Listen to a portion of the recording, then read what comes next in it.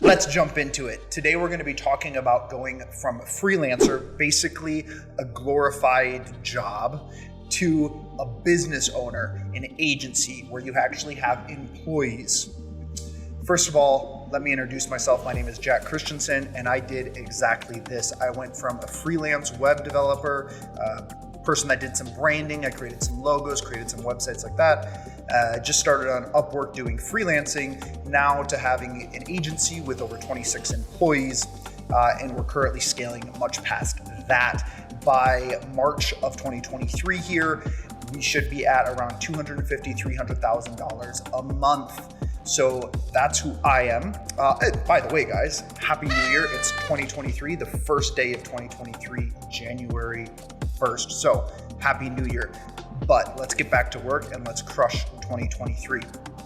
So without further ado, let's talk about how you go from freelancer to an agency owner. First, let me define this because a lot of people confuse this. A lot of people call themselves an agency owner and when in fact they're really just freelancers. So if you say you have an agency, but you have no employees, you go to clients and you try to sell them $1,000, $2,000 a month to do some Facebook ads, but it's just you. You're the one actually creating and running the Facebook ads. It's not an agency. Now, there's another level of agency, and I don't really like to call this an agency either, although theoretically I think it probably is where you have, you go sell clients and then you hire freelancers from like Upwork to actually do the work.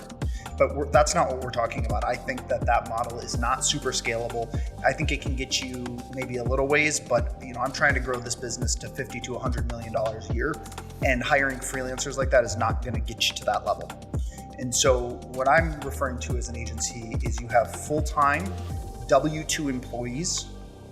You have different departments. You have a sales department, you have an accounting department, you have a graphic design department, you have a development department, you have an actual business that you need to run and manage.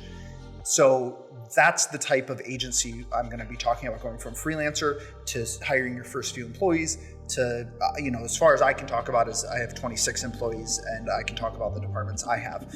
For me to talk about anything past that, I can tell you my plan, but I can't say it works because, well, I haven't done it yet. So that's what we're going to be talking about today. So when I started, I was a freelancer. Like I said, I got my clients on Upwork. And then I went and I realized, well, Upwork, I'm competing in a marketplace against a bunch of other people. And so it drives the price down, right? Because we're all competing, and one of the things we compete on is price. So then I realized, well, okay, I need to find my clients off of Upwork. And so I was living in Mexico at the time, and so I couldn't, and my clients were in the US, and I wanted people to pay me in US dollar. And so I couldn't go door to door, otherwise that's probably what I would have done. So what did I do? I picked up the phone. I did cold calls, and they suck. And I like sales, and cold calling sucks, man. It is not fun, but it works. And I got clients from picking up the phone and just cold calling them. How did I find those clients? Or how did I find those people to call? I just Googled it. So I picked different cities. So Austin, Texas, chiropractors. And I called every single Austin, Texas chiropractor. And then I did Austin, Texas plumber. And then Austin, Texas dog walkers and everything. And then I went to pick different cities. And you can even, especially if you have some web development skills, you can even go take it a step further.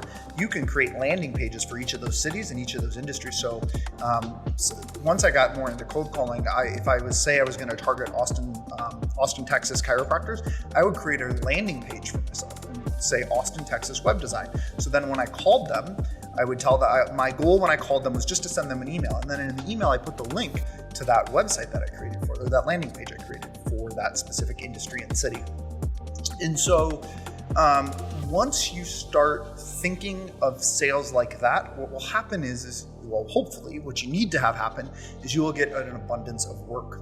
Once you have an abundance of work, and you should pick one thing to sell to start with. Right now, we do four main things. Three main that are actually advertised on our website, but we do also software development. So what we currently do is web design and development, software design and development, SEO, and digital marketing. But when you're starting, pick one thing. And the reason you pick one thing is so once you have an abundance of work that you can no longer handle yourself as a freelancer, you hire someone. And I'm not talking about hiring a freelancer, another freelancer. Now, if you want to be flexible and you want less risk, go that route. But that's not what we're here to talk about. We're here to talk about building a real agency that you are going to try to get to 10, 20, 30, 40, $50 million a year. And so it's a higher risk play to do this. But once you get too much work, then you hire your first employee. And you hire, and they're doing the same thing, so you can work alongside them. But now what that allows you to do, it buys you back some of your time, so you don't actually have to develop these websites or do the branding or do the Facebook ads, and it allows you to keep selling, right? And so you keep doing this until maybe, and let's say your goal is to have different offerings, and I do recommend different offerings. Now, there's a lot of wisdom in sticking with one offering until you're at a few $1 million a year. In fact, Alex Hormozi talks about this. However, if you do that, you will not be able to cross-sell. So the reason I diversified early is because then it allows me to cross-sell. And so my strategy, my whole business model is built on building a website and then selling them SEO, search engine optimization, and digital marketing, which are both monthly costs. So we get the upfront cost of building a website, and then we get their monthly fee coming in every single month. And that's how we're really able to scale, because now we have a baseline level of revenue, and then every time we get a new client, we get another cash injection. Right? And so that's when you're starting. And then you have, once you've built up a few of these different product lines that all work together, and you can cross-sell and upsell very easily, then what you need, and you've built the teams that can actually fulfill the orders. So once those orders are fulfilled, you've got the teams and everything. Well, then what do you do? Well, if you want to scale, there's only so much sales you can do yourself. And so now you've got two options, and I would say the best is to do both of these things. One is to build a sales team. Hire more sales guys. You can either pay them base plus commission, commission only, or draw. And so you're going to hire sales guys and train these sales guys. There's a bunch of really cool videos about building and training sales teams. And maybe I'll do one in the future. In fact, if you want me to do a video talking about building and training a sales team, leave a comment down below and I will do just that. So that's one thing. You can build a sales team, pay them commission, and then the other thing you need is project managers, because now you're going to have a lot more projects to do. So once the sales team sells, one of the sales guys sells something, they hand the project off to a project manager who will then become the main point of contact with the client. So once so you're building the sales team, you can run competitions, you can do different commission structures, you can do tiered commission, say they do X amount of dollars. So like when I first built my sales team, the commission structure started out, I did a tiered commission structure where if you sold less than, I think it was 20,000, so less than $20,000 a month was, less than $50,000 a month was 5% commission. Between $50,000 and $100,000 a month in revenue that each salesperson sold was 10%. And then if they sold $100,000 or more in a month, then they get 15%. Now I just do a flat rate commission. At that time, I was doing base plus commission, so they also got a base. Now I don't do any base, and I do only commission. And I give them the top percentage. I give them 15%. The reason is because having commission-only salespeople invites killers. If you are a really good salesperson, you would much rather say, forget the $2,500 base salary, give me the 15%, because you're going to make way more with that. And so it just brings the right type of people in, I believe anyway. And they're the type of people that I like to have on my sales team, because that's the type of person I am.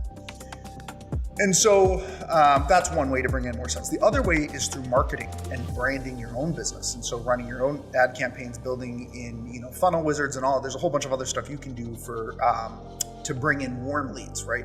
And then obviously having referral programs and even affiliate programs, which we're actually in the works choosing to create at my agency. We're in the works of creating our own affiliate program. And so there's a lot of different ways to bring in warm leads. But to start my agency, and you can get quite far without a sales team, without any outbound marketing, just if you do good work and have referrals. For the longest time, it was just me selling and then referral clients from other, we did good work, so our clients referred other people to us. So through building a sales team is one way to scale your revenue. Now, the next piece of scaling your agency is to raise your pricing. I raised my pricing like every 3 months, man. Raising your pricing is a little scary because it can shoot you in the foot for a little while, but you gotta get through it. In fact, December, this past month, in December of 2022 was my worst month ever, and I just raised my prices.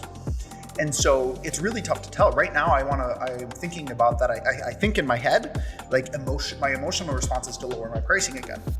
However, I need to give it a couple more months, because the reason we had such a bad month, I think, this month is because December is a really bad month for B2B sales. And I don't have enough data because back in December of 2021, I was just a freelancer. So I don't have any data to pull from. So I'm not lowering my prices again, because I made the decision to raise again because we were doing better than ever before, and we were on a really fast upward trajectory. And so I'm going to keep them. And I think January is going to be set to be the best month ever. Prior to this, my best month ever was about $50,000 in a month. And then in December, we did much worse than that. We did about $20,000. So really bad month for my business. But January, we have a bunch of people who said that they couldn't do it December, but they wanted to do it in 2023, in the beginning of the new year. And I think we're going to do about $150,000 this month. And so I'll keep you posted on that. But raising your prices can be scary because it can hurt your business, but you need to give it time.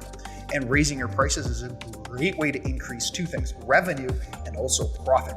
Because if you can raise your prices without increasing the workload of your people, what does it do? Well, it increases revenue, but more importantly, it raises your profit margins. And so that's really important. And so going from freelancer to agency is really about making a decision in your head that you want to take this risk of hiring people. And when you hire people, it gives you leverage, because now you're using other people's time. You're paying people for their time, and then they're doing work for you that you have calculated is profitable. And so if you have other people, right? So now instead of just I work about 100 to 110 hours a week. So instead of my just 100 to 110 hours a week, which I still have, and I use my time that I bought back to do basically sales, which is the most profitable thing for me. It's the thing that I am best at. Much better doing sales than I am at doing web design. And now I have 26 people all doing 40 hours a week for me, which is 1,040 hours, something like that, of work that other people are doing for me. And if I can manage it correctly and make sure they're doing things that are profitable, that's a huge point of leverage. So employing people is one of the oldest ways to get freaking rich, man. And so it's the whole basis of capitalism is hiring employees. And so don't be scared to hire employees. I would do some research on management, and you're going to go through some pain. For sure, there's some pain in it, and people are going to screw you over. People are going to steal from you. Like it can get rough, but man, can it be profitable? So guys, that's an overview of how to go from freelancer to agency owner. I hope you enjoyed it. Please like, comment, and subscribe, and we'll catch you on the next. I'm out.